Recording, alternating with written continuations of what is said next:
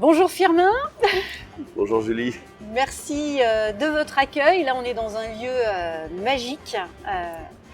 Merci pour ça. L'idée, c'est effectivement de passer un temps ensemble, que vous puissiez nous partager votre vision du chef d'entreprise, quel est son rôle et quelle est votre vision aussi de l'entreprise. Mais avant, je vous laisse vous présenter et me dire qui vous êtes. Alors je suis Firmin Grus, le fils d'Alexis et Gypsy Grus. Je suis de la 5e génération. Avant toute chose, je suis artiste, acrobate sur échelle libre, équilibriste, musicien, jongleur, pluridisciplinaire, cavalier, bien sûr. Ouais. Et puis j'ai une autre casquette, c'est je suis aussi gérant de cette magnifique compagnie. Depuis 2 ans, j'ai repris la gérance. D'accord. Pendant une vingtaine d'années, j'ai suivi mon père dans les différentes étapes commerciales, techniques, administratives, artistiques, etc. Et entouré de mon frère et ma sœur, mon frère qui est directeur artistique et ma sœur qui est directrice de la cavalerie. D'accord. On s'est réparti les tâches un petit peu naturellement par nos attirances et nos goûts. Et je trouve que c'est la meilleure chose. Comme ça permet d'avoir une complémentarité parfaite. Mon frère est plutôt jazzman, mélomane, musicien, trompettiste. Moi, je suis plutôt bricoleur, commercial. Et puis ma sœur, elle a une sensibilité pour les chevaux. Donc, moi, on est parfaitement complémentaires. Et à notre famille, donc il y a mon père, ma mère qui font partie de la compagnie. Oui. Il y a mon frère, ma sœur et moi qui avons repris les rênes. Et puis, il y a aussi la nouvelle génération, la 6e. Et oui, les enfants. Les enfants de mon frère, Charles-Alexandre, qui ont 28 ans. Et puis mes enfants, Jeanne-Célestine, et mes nièces, Gloria et Vénitia. Waouh, Voilà. Une sacrée troupe familiale. Avec, en tout, c'est combien de personnes? On est à peu près 80 salariés dans l'entreprise quand on est en exploitation. D'accord, Le noyau dur, c'est une 50aine. d'accord. C'est-à-dire pendant le Covid, pendant toutes les périodes d'arrêt où il n'y a pas forcément de spectacle, de prestations, il y a toujours ce moment, cette particularité avec les chevaux. D'accord. Parce que l'ADN Oui. de la compagnie Alexis Grus, Oui. c'est que tous les membres de la famille sont artistes D'accord. sur la piste et composent le spectacle. D'accord. Et la deuxième particularité, c'est une cavalerie de 50 chevaux, 50 chevaux. tous entiers, que des mâles. Et la dernière particularité, c'est les 3 disciplines. L'acrobatie à cheval, le travail en liberté et le dressage, la haute école. Voilà. D'accord. Oui. 3 disciplines complémentaires qui n'ont pas les mêmes vocations, qui n'ont pas les mêmes codes, mais qui, sur notre piste, parce que ça c'est notre lieu de prédilection, c'est ça qui fait notre force aujourd'hui. On parle de l'art de la piste chez Alexis Grus. D'accord. Je vous fais une petite parenthèse. Cette piste, elle était utilisée par les militaires pour former les chevaux au champ de bataille. D'accord. Une fois que le cheval trouvait son équilibre, une fois que le cavalier trouvait son équilibre sur cette piste, et qu'il arrivait à faire des voltes, etc., il était prétendant pour aller au champ de bataille. D'accord. Et démobilisé, le major anglais Philippe Astley a eu l'idée de l'utiliser pour faire du spectacle. Et oui. Et il a intégré dans son spectacle équestre et militaire des saltimbanques. Et si vous venez aujourd'hui au Folies Grus et que vous venez assister au travail de la compagnie Alexis Grus, vous découvrirez ce savoir-faire qui a évolué, mais qui est resté quand même sur les mêmes bases, avec les chevaux et les saltimbanques. Oui, il y a vraiment cet ADN, comme vous l'évoquiez, les chevaux un peu au cœur finalement de la vie ici, c'est ça? Nous, on dit que les chevaux rythment notre vie. Waouh. Voilà. Quand vous avez un animal comme un cheval, sa sensibilité, ça demande du travail en permanence, de la présence.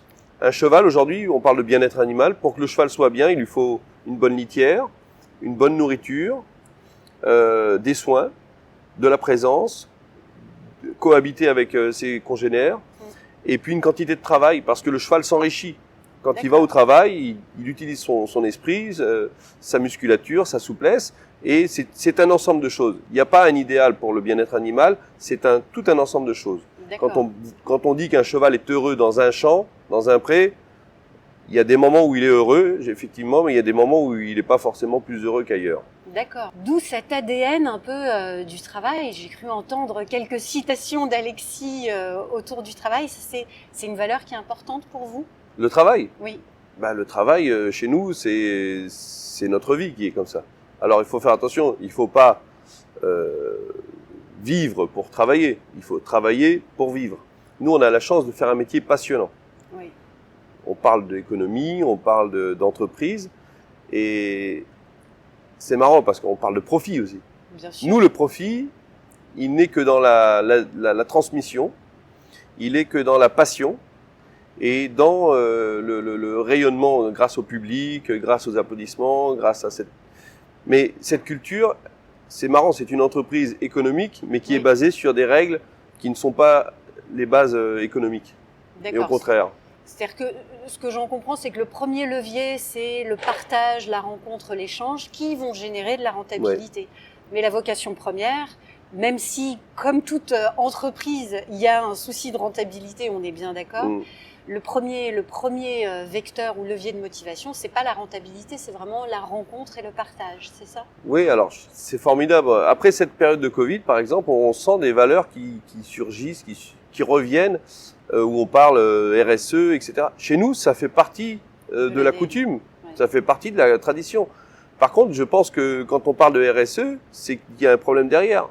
C'est que on n'est pas assez, on ne partage pas assez. Nous, sur la piste, si vous venez voir un spectacle, vous allez comprendre directement que cette notion de partage, de complicité, etc., elle est partout. Quand je suis debout sur mon cheval au galop, je suis complice de mon cheval et mon cheval est mon complice. Quand je suis sur les pyramides où je porte mon épouse et ma fille, qui a mon neveu, mon frère à côté, on est tous attentifs les uns aux autres. Et c'est cette notion, je l'explique souvent parce que c'est ce qu'on a besoin d'inculquer pour les prochaines générations si on veut que les choses changent, c'est donner avant de recevoir. On a oublié cette notion de donner avant de recevoir. On va à l'école, on est formé pour les propres études des enfants. Les enfants atteignent un niveau, ils ont leur propre travail, ils ont leur logement, ils ont leur famille, et il y a un moment, ils ont oublié de partager. Cette notion de partage, elle est évidente. On voit bien avec ce qui se passe en ce moment en Ukraine. Moi, j'ai des salariés ukrainiens, je leur ai donné ma voiture pour qu'ils aillent chercher leurs épouses à la frontière polonaise. Parce que tout ce que je peux faire et rendre sur cette petite planète pour rendre les gens les choses meilleures, je le ferai. Voilà. Et l'entreprise, elle tient là-dessus aussi. Oui, ça c'est un élément fort de l'ADN. Comme la culture finalement de l'erreur ou de l'échec. Vous pouvez nous en parler un petit peu plus? Comment ça se passe chez vous justement? La culture de l'erreur, de l'échec, tout petit, quand vous apprenez une discipline telle que les nôtres, vous avez ces notions de réussite et d'échec. Vous avez en plus la douleur, la pénibilité, la remise en question en permanence.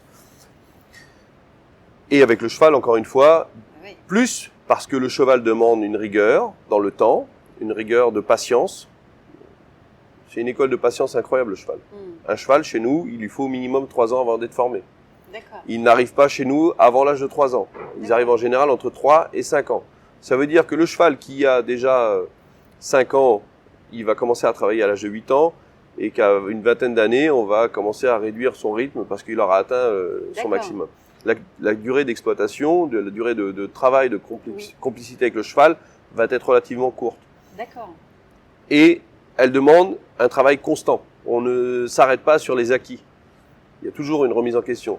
L'autre culture de notre famille aussi, de la compagnie Alexigrus, c'est de changer de spectacle tous les ans. Waouh, ouais, c'est un sacré travail ça. Ouais. Oui, et c'est une gymnastique. Et oui, complètement. Et ça, c'est intéressant. Encore une fois, ça rejoint un petit peu toutes les valeurs que j'ai citées auparavant, d'échange, de partage, etc. C'est l'envie de produire, l'envie de se remettre en question, l'envie d'innover. Alors là, on va rentrer dans le vif du sujet, des entreprises qui ont besoin de se remettre en question pour innover. Et c'est une gymnastique. C'est vrai que pour une entreprise qui n'a jamais changé, c'est difficile de changer. Comme les gens veulent changer tout, sauf leurs habitudes. Et c'est ça qui est le plus dur.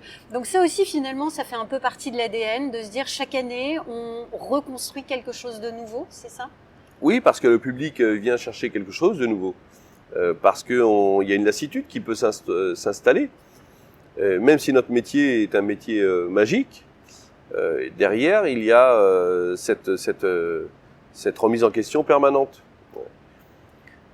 Alors, pour parler de la création, le processus, il est très simple. D'abord, chaque artiste a ses goûts, ses envies. Ensuite, mon frère est le directeur artistique, il donne différentes orientations, mais une principale pour la partie musicale, qui va être le point de départ. Alors une histoire influencée par la musique. Et puis après, on va tous travailler les uns les autres. Alors soit des tableaux individuels, soit des tableaux ensemble, soit des tableaux qui font partie du grand répertoire. On a vraiment un répertoire de l'art équestre chez nous. Que ce soit les tableaux de liberté, les tableaux de voltige ou bien les tableaux de dressage. On va s'appuyer toujours sur les racines et on va essayer de créer quelque chose avec des influences, avec des cultures d'horizons différentes. Innovation, tradition, le mélange un peu des deux. Mon père cite souvent Victor Hugo en disant « L'étude du passé et la curiosité du présent donnent l'intelligence de l'avenir ». Wow. Quand j'ai pris les rênes de la compagnie en 2019 avec mon frère et ma sœur, c'est exactement ça. Il y avait mes parents qui avaient fondé cette compagnie. Oui. Il y avait nos enfants qui étaient là, qui avaient des envies et des goûts différents des nôtres. Oui. Et puis nous, on était un petit peu ceux qui passaient le témoin. D'abord, on ne l'avait pas encore, mais on savait qu'on allait devoir le prendre et le transmettre. Et on représente parfaitement cette philosophie de l'étude du passé, la curiosité du présent donne l'intelligence de l'avenir. Et c'est marrant parce que chez nous, 3, c'est énorme. Les parents, les enfants, c'est 3 frères et sœurs, c'est 3 disciplines, c'est 3 générations. Voilà, le 3 est quasiment partout. Je le perçois régulièrement dans les entreprises familiales, la difficulté à un moment donné de continuer ou pas. Et parce qu'il faut accepter aussi de transmettre, de se retrouver dans cette transmission. Comment ça s'est passé chez vous? C'est quelque chose de fluide et naturel parce que vous vivez dans cet environnement et... Alors, le naturel, encore une fois, je vais citer mon père, il dit que tout ce qui est l'éducation est contre nature. Bah oui. Bah oui. Donc le naturel, forcément, il est là, il y a les choses qui sont présentes, mais il y a un moment, il faut saisir sa chance. Exactement. Et puis il faut choisir le bon moment. Oui. Et quand vous dites ça s'est fait naturellement, bien sûr, j'ai été voir mon père, je lui ai dit voilà, soit je prends les rênes de la compagnie, soit je m'en vais. Ah d'accord. Ah, ça faisait un petit moment que j'ai traduit ça par j'ai l'impression d'avoir le volant et pas les pédales, j'ai l'impression d'avoir les pédales et pas le volant. Donc des fois, je donnais des indications. Moi, je m'occupais beaucoup de la partie commerciale et c'est vrai que on est en relation en permanence avec les entreprises, avec les clients et ils sont très exigeants. Bien sûr. Et c'est vrai que nous, on a un métier artistique où c'est d'abord la passion et le cœur qui parlent. Oui. Et le cœur et l'argent, ça fait pas bon ménage. Donc il faut trouver un peu ce lien. Je pense que là, en 2 ans, on a réussi à donner cette dynamique. Alors la première chose que j'ai fait avec mon frère et ma sœur et mon père en 2014, on a enlevé le mot cirque de notre univers. Okay. Alors c'est pas contre, c'est que quand vous faites quelque chose d'à part entière, d'unique, on a du mal à expliquer que ce n'est pas ce que les gens ont dans la tête. Exactement. Les préjugés. Oui. Le cirque, aujourd'hui, c'est un mot-outil, on y met tout. Oui, il y a aussi bien le Cirque du Soleil, alors c'est grandiose, c'est monstrueux, c'est la démesure, c'est une réussite commerciale et artistique incroyable, mais ils n'ont pas 50 chevaux. Oui, c'est différent. Ensuite, vous avez le cirque contemporain qui peut s'adapter avec les théâtres, dans la rue, dans n'importe quel lieu, se présenter parce que la contrainte, ils ont enlevé la piste, ils ont enlevé l'univers qui compose Alors, on se pose la question, on dit comment nous, on va expliquer ce que l'on fait. Et je préférais, par exemple, dire que la compagnie Alexis Grus, c'était des principes, un patrimoine, avec une culture qui est basée sur la piste, sur le cheval, sur la remise en question. Il y a comme Béjart, comme Bocuse. Bocuse, c'est le meilleur exemple parce que Bocuse est connu dans le monde entier pour sa culture. Et en même temps, il en a fait une économie incroyable. Mais on ne parlera jamais de l'économie de Bocuse, on parlera toujours de son savoir-faire et de sa culture, et de son patrimoine. Donc c'est pour ça que je préfère encore aller vers Bocuse. Cette image-là. Voilà.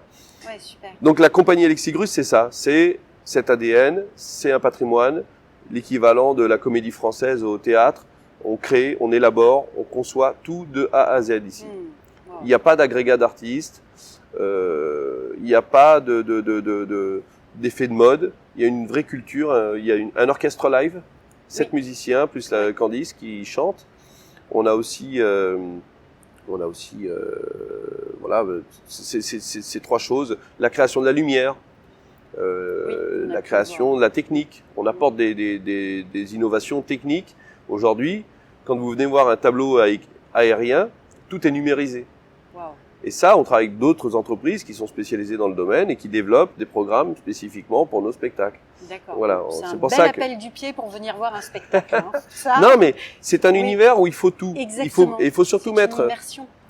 la technique au service de l'artistique et ne jamais faire le contraire. Voilà. Moi, j'ai horreur des spectacles. Un beau feu d'artifice, ça me plaît. Mais un spectacle technique où il y a de la machinerie sans sensibilité, ça ne m'intéresse pas. Très beau parallèle que je fais, moi, en tous les cas, avec le monde de l'entreprise, où effectivement, c'est le système qui se met au service de l'humain et pas l'inverse. Oui.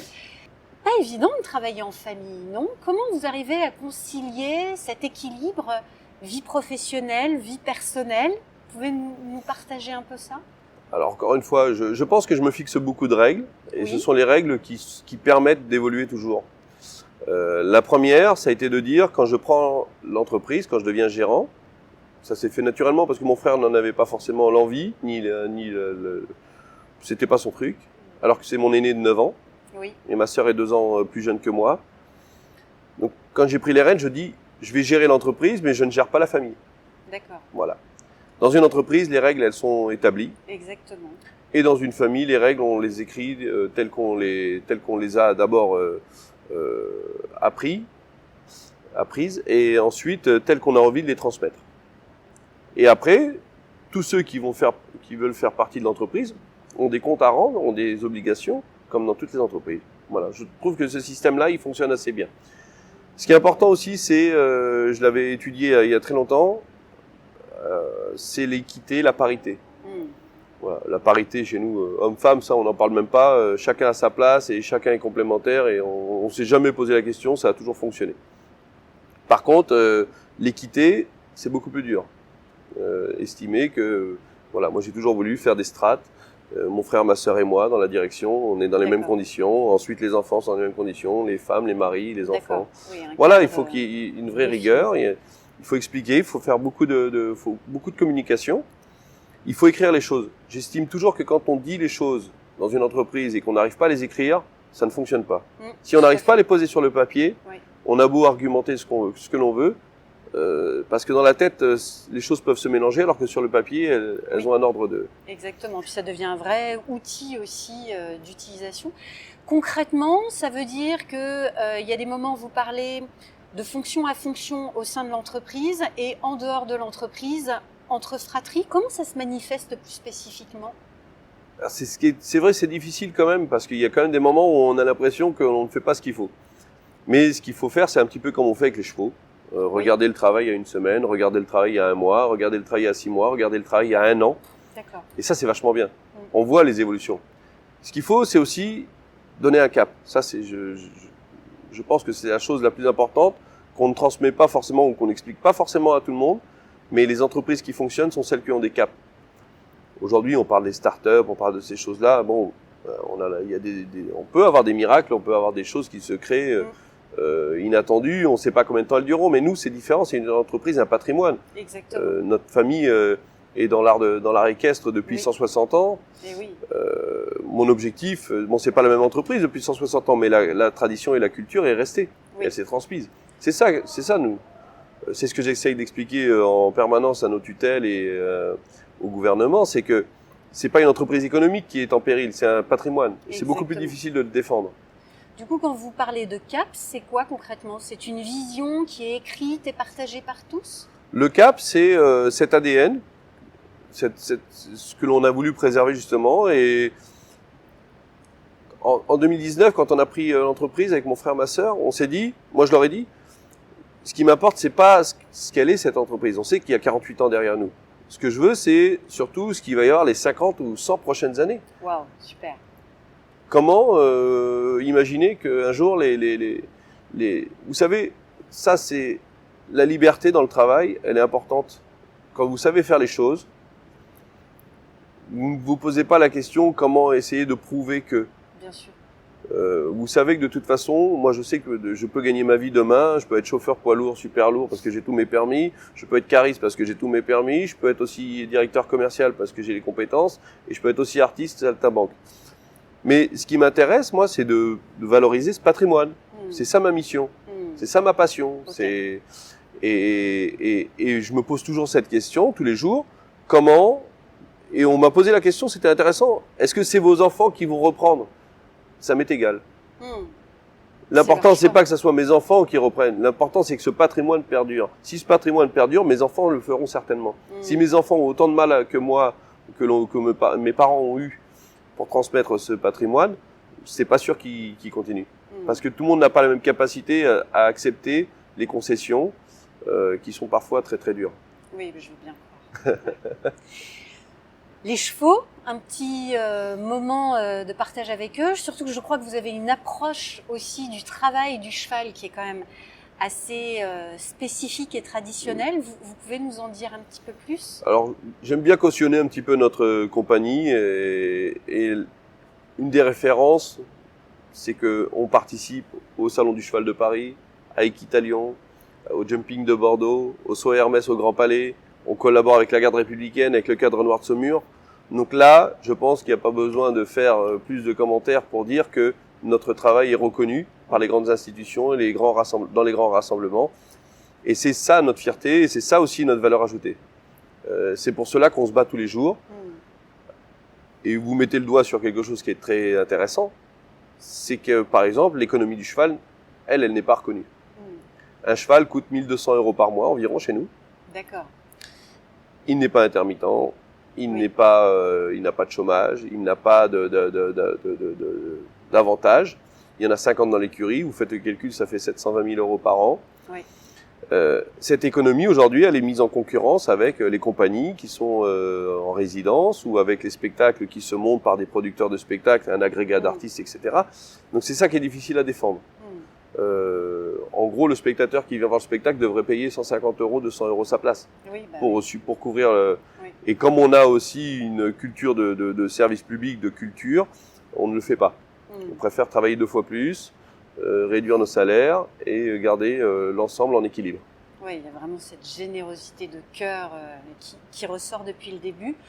La relation avec le cheval, on fait souvent, notamment dans le cadre de l'entreprise, puisque vous accueillez, il me semble, des entreprises dans justement cette relation avec le cheval qui aide à se positionner dans la relation humaine. Vous pouvez nous en parler un petit peu plus? Dans le développement économique, l'arbre de Noël, le CSE, a été une culture dans le cirque depuis très longtemps.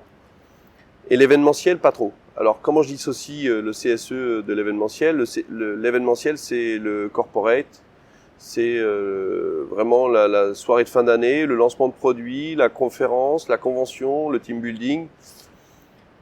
Et c'est vrai que grâce à nos valeurs, on a réussi à développer dans ce domaine beaucoup de choses, en relation avec un ami qui s'appelle Denis Raymond, qui était le directeur de Pearl, groupe Pearl, qui est devenu aujourd'hui directeur chez Paris Society, sur la partie événementielle.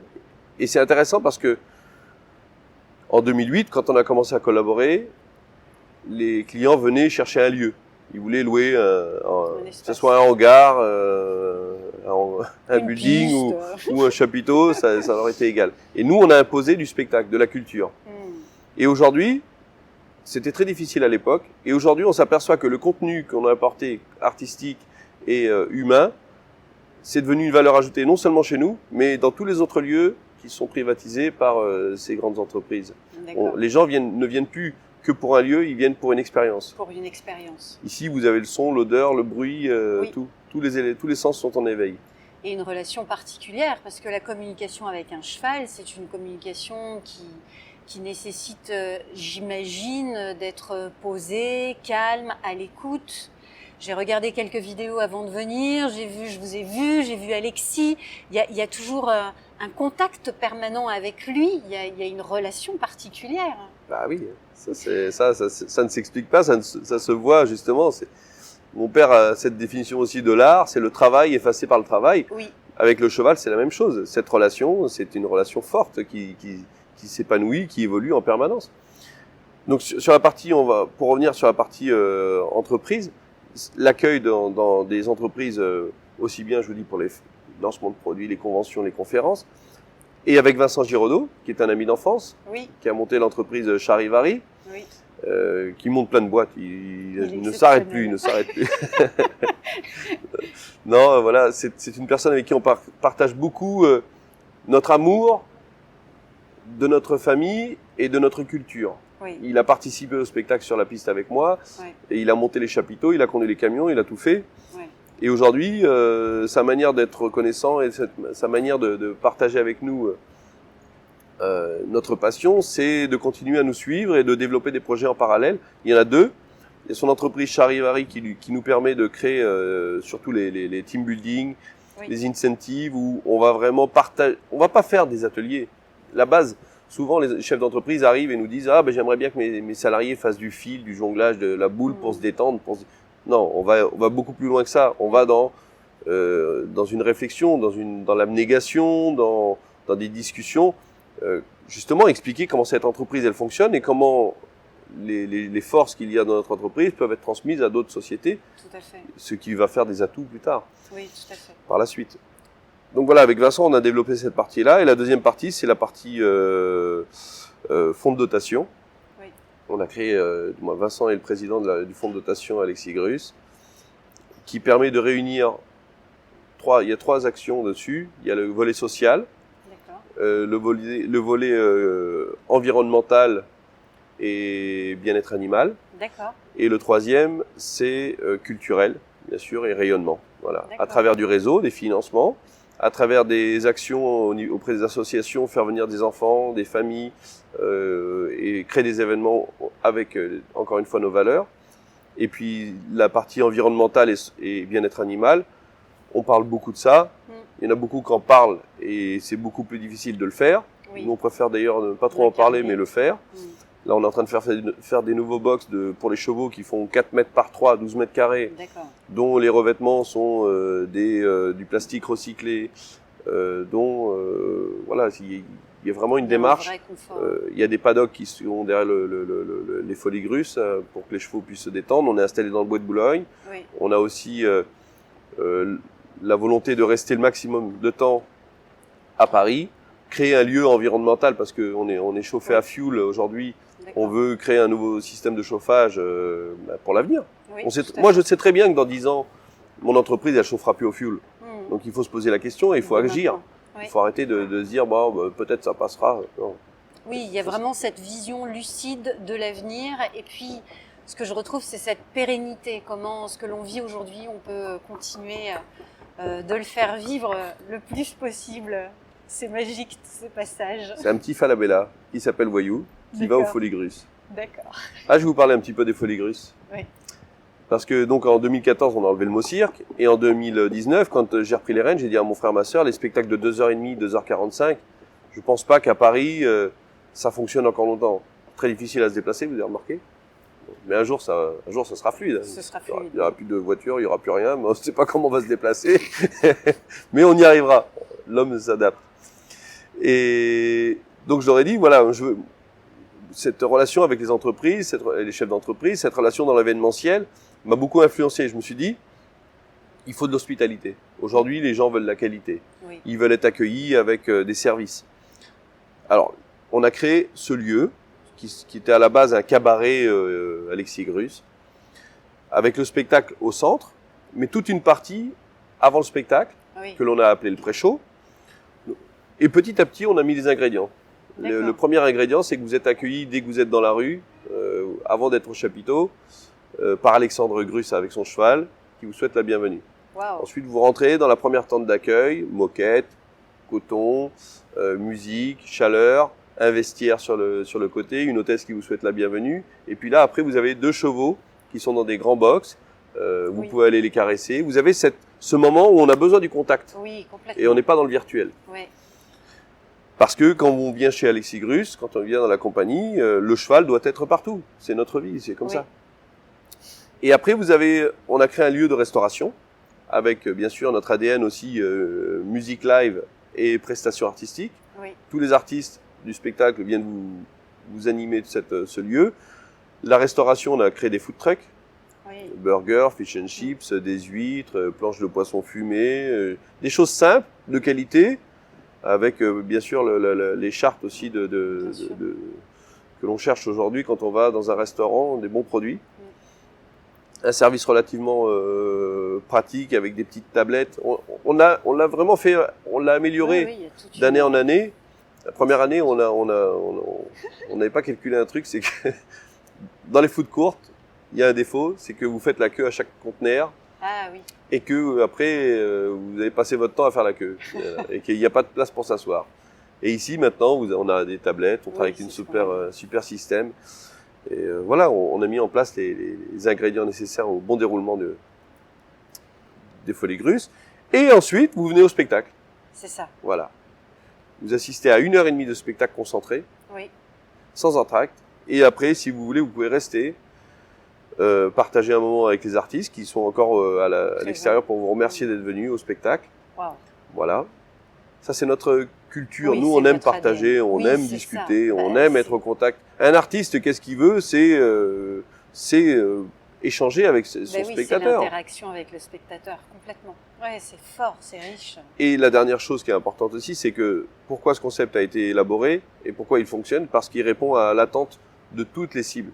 Le B2B, le B2C, aussi bien un petit groupe de 10 personnes qu'une famille le week-end, ou bien une entreprise de 150, voilà, des personnes retraitées. On va pouvoir avoir toutes les catégories et adapter les menus aussi. Voilà. Oui, c'est ce qu'on a vu. Un espace VIP, par exemple, pour ceux qui veulent venir avec juste leurs meilleurs clients. Oui, ouais, ce sont des beaux cadeaux, ça, effectivement. Et on ne vient plus voir un spectacle, on vient passer un moment. On vient vivre une expérience. Exactement. Ouais, c'est vraiment ça. Super. Vous avez une histoire à nous partager ou un souvenir, quelque chose, une galère, un problème qui vous est arrivé et qui a marqué un avant et un après dans votre manière de gérer l'entreprise ou de voir l'entreprise? Il y en a beaucoup des galères.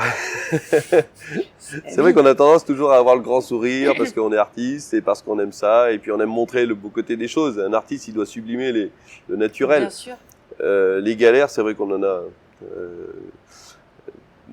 Moi, par exemple, dans l'entreprise, on a une quarantaine de semi-remorques. Voilà. Quand on part de Paris, il y en a 50 en tout. D'accord. Vous pouvez imaginer que vous faites un Paris-Piolinc, le Vaucluse, où on a notre site. Oui.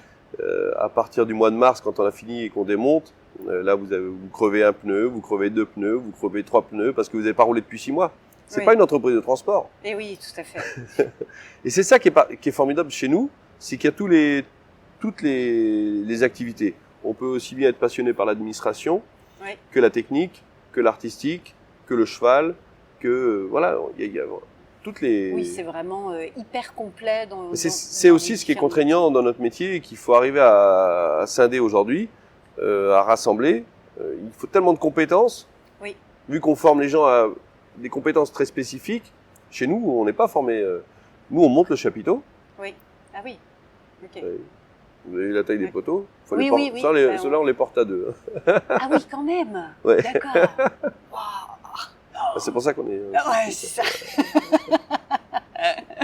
Donc voilà, on monte les chapiteaux, on forme les chevaux, on conduit les semi-remorques.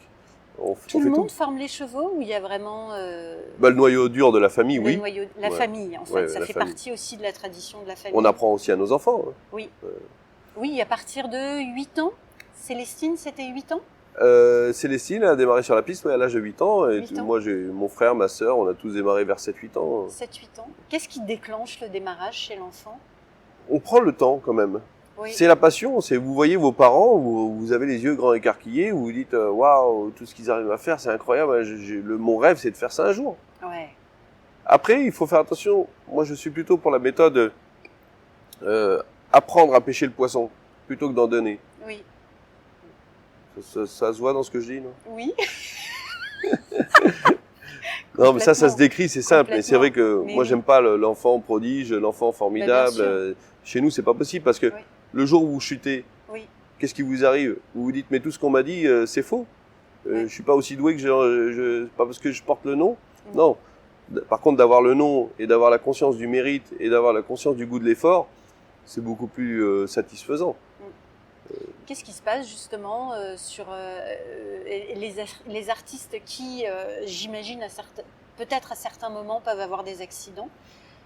Ils repartent sur piste ou quand ils peuvent pas, ils trouvent une autre place au sein de l'équipe? Quand vous me demandez de vous parler d'anecdotes, le hors-piste dans les places à regarder les autres travailler, celui qui a le record, c'est moi.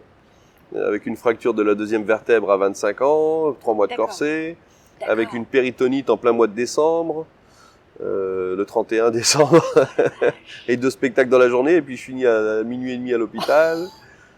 Oui, parce qu'on n'a pas envie de lâcher. On a tellement travaillé pour ça. D'accord. On n'a pas envie de quitter la piste. D'accord. C'est maladie. Ouais. Oui, il y a une vraie ADN. C'est un virus. Addiction, on peut parler de ça. Bah oui, bien sûr. Vous avez une adrénaline qui se dégage quand vous êtes devant le public, qui est impressionnante. Vous pouvez être malade, vous passez le rideau, vous oubliez tout ça. Waouh, ça c'est fort ça. Et puis, encore une fois, cette phrase, le travail effacé par le travail, ça veut dire que les heures et les années de travail ont fait de vous quelque chose, vous avez en vous un pouvoir surnaturel de pouvoir relever tous les défis. Quand vous sautez sur un cheval qui galope à cheval ou debout et que vous arrivez à tenir, vous défiez toutes les lois de la nature et de la pesanteur et de l'équilibre. Et voilà pourquoi on a cette philosophie de toujours voir grand, voir loin. Grand, et puis toujours aller plus loin finalement. Pas s'arrêter juste au petit pépin ou à la petite difficulté parce que finalement il y a tellement plus derrière. C'est ça? Ah, il y a des moments où on a envie de baisser les bras quand même. Mais quand on regarde ce qu'on a autour de nous, que ce soit la famille, que ce soit le résultat de notre travail, on n'a pas envie d'arrêter. Oui, j'imagine, il y a une telle force dans tout ce qui se dégage. Ça se sent d'ailleurs dans ce fourmillement-là. Et puis le côté... moi j'aime bien le côté management, le côté cartésien. Oui. Voilà. On s'aperçoit qu'aujourd'hui, c'est vrai que les gens ont tous... Alors ma culture, l'éducation de mon père, c'était que les gens avaient des capacités, mais on ne voyait pas forcément tous les côtés... les faiblesses. Oui. Aujourd'hui, moi, j'analyse chaque personne comme ça, les capacités et les faiblesses. Oui. C'est beaucoup plus simple. Oui, tout à fait. Il faut les admettre, il faut les reconnaître. C'est vrai que c'est difficile parce que les gens n'ont pas la culture d'accepter leurs défauts. Oui, surtout dans notre Mais culture. chez nous, non, c'est pas un problème. Si je vous dis je saute sur le cheval et que je sais pas le faire, ça va se voir. Oui. Alors que les gens dans la vie sont capables de vous dire, mais moi j'y arrive. Hein. Ouais. Ouais. Mais aujourd'hui non, un autre jour, voilà. Oui, puis il y a une notion de confiance aussi qui est très forte. Chez nous on ne ment pas, c'est ça. Oui. La confiance, ça va avec. Avec un animal, c'est compliqué de mentir. Le cheval ressent tout en plus. Oui, c'est ça. Waouh, beaucoup de belles choses. Moi, ce que je retiens, c'est qu'il y a une ADN très forte qui est quand même portée sur l'humain, sur ce jeu de confiance, sur cette envie d'avancer ensemble et cette envie de service, de vivre ensemble des choses et d'ailleurs d'amener le public, les clients à vivre des expériences plutôt que payer des prestations pour voir de la technique, mais c'est vraiment vivre une expérience en venant ici et en ayant des règles très claires dans votre discours et en tous les cas c'est ce que je perçois, c'est peut-être mon interprétation, mais je sens que les choses elles sont claires, elles sont réglées, elles sont bien timées, mais que finalement ça crée un cadre de confiance et d'évolution qui permet d'avancer ensemble. Oui, vous avez mis le doigt sur quelque chose qui est très important, c'est l'humain. Oui. Il faut vraiment... C'est normal que les gens perdent confiance quand on voit les profits. Moi, j'ai rien contre les grands dirigeants et j'ai rien contre les grandes entreprises qui réussissent, mais on peut pas s'attribuer le mérite des autres. Ah non. C'est Gandhi qui dit à sa petite fille... il y a 2 catégories de gens, il y a ceux qui font les choses et ceux qui s'en accaparent le mérite. Tâche de faire partie du premier groupe, il y a moins de concurrence.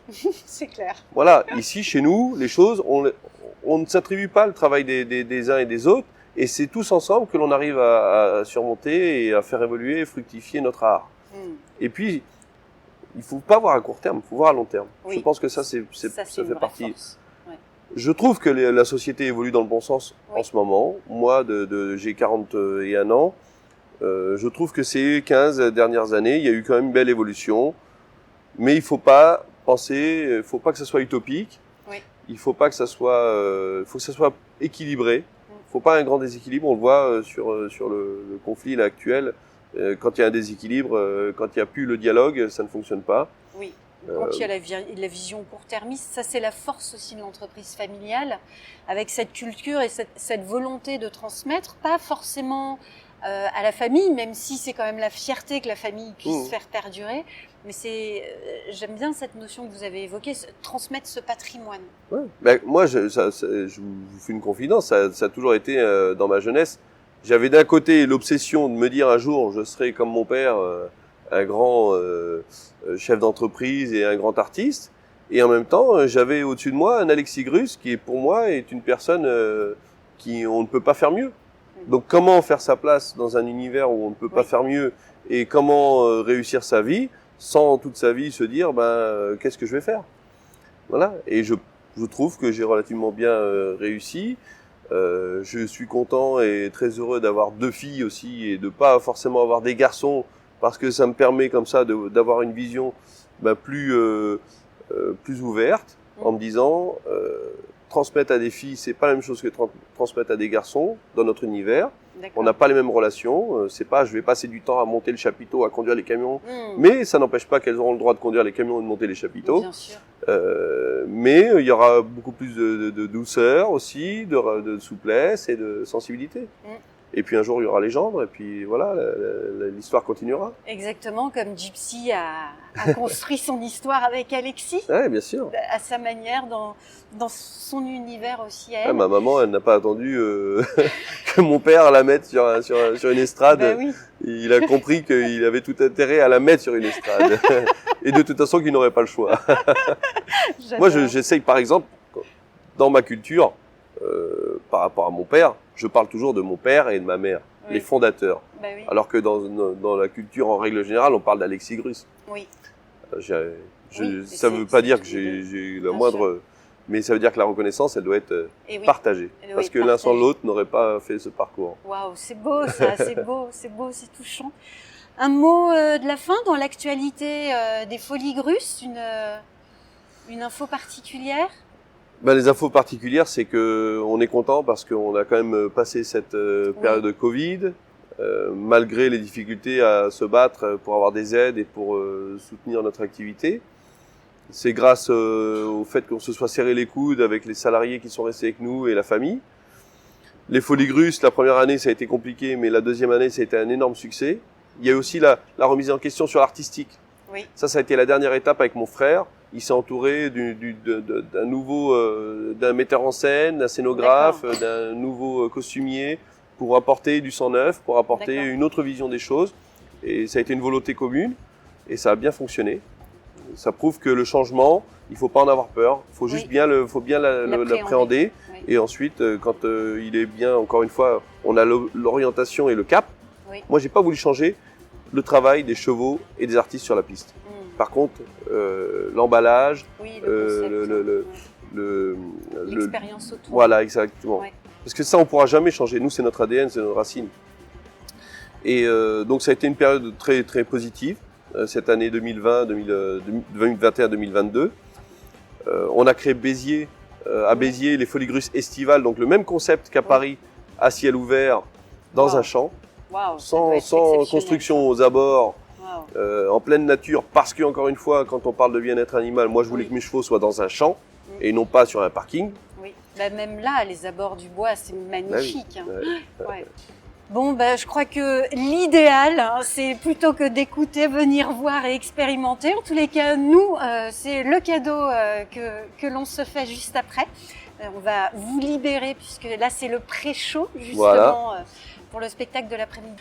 Merci beaucoup Firmin pour ce moment de partage et voilà ce dialogue de cœur à cœur qui, je le souhaite sincèrement, puisse inspirer les dirigeants et les amener à vivre des choses et pourquoi pas venir vivre des choses avec leurs entreprises directement à Paris ou peut-être prochainement à Béziers. Très bien, merci beaucoup.